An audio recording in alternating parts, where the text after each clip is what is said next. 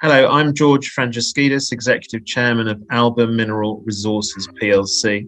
Our graphite project in southern Greenland has got exceptionally high grades, 28.7% average grades, one of the highest grade graphite projects in the world.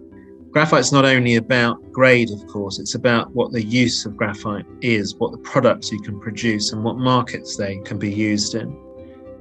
We've done a huge amount of work on our graphite, metallurgical test work with companies who know what they're doing, specialists like Pro Graphite in Germany.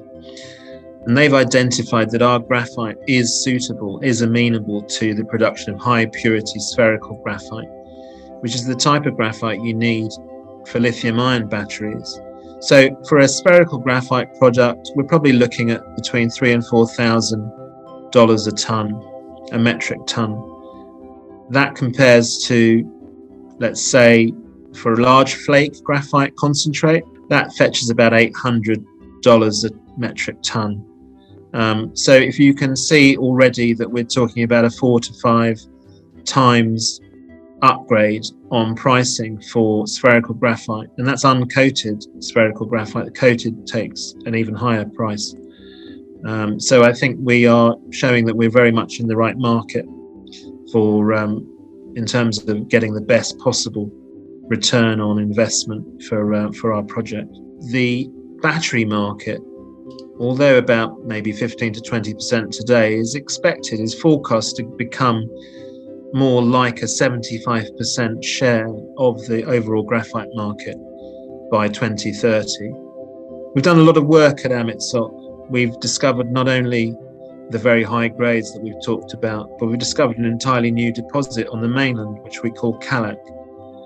If you look at the grades that we're talking about at Amitsoq, you're getting very similar grades at Kalak, average grades about 25.6%. If you look at the exploration targets that we recently put out, they show the significant potential that is in both deposits. So our independent competent person has calculated an exploration target of 1.7 to 4.5 million tonnes at Amitsoq Island and 4 to 7 million tonnes at Kalak. However, what I would say is that all the work that we've done has given us great confidence now to be drilling Amitsoq. That's really the last piece of the jigsaw for us, because this isn't a normal deposit where all the material, the ore body, is deep underground. A lot of this graphite outcrops at surface. That's what's enabled us to take loads of channel samples and test the material and see that the average grades are all consistently high. So we've got a lot of confidence. We know there's a lot of graphite there, but of course we've got to prove it up. So that's what we're in the middle of doing.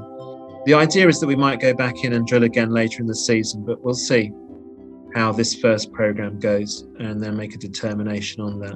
As we announced recently, we're looking to move these high-grade projects in Greenland into a new listing.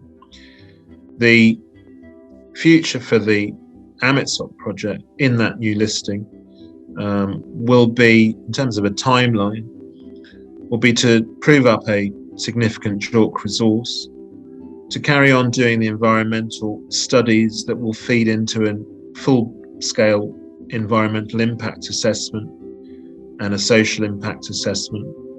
Once we have those two studies written up, we'll then be able to, and a feasibility study, which shows that the project has economic potential to move forward to production. Greenland's really opened up its rules for applying for mining licenses, which is really important to note. In the old days, you needed a bankable feasibility study. That's no longer the case. You do need to show you've got a significant deposit, of course, which we would consider a prerequisite anyway. You need to have an environmental impact assessment and a social impact assessment that are approved. So there's a process that you have to go into to obviously have those documents and studies approved by the regulator, but then you can apply for a mining license. And that's a massive benefit. It's not the same in other jurisdictions. It means if we get a mining license, then we will have one of the very important things in place that will enable us to go and get development capital.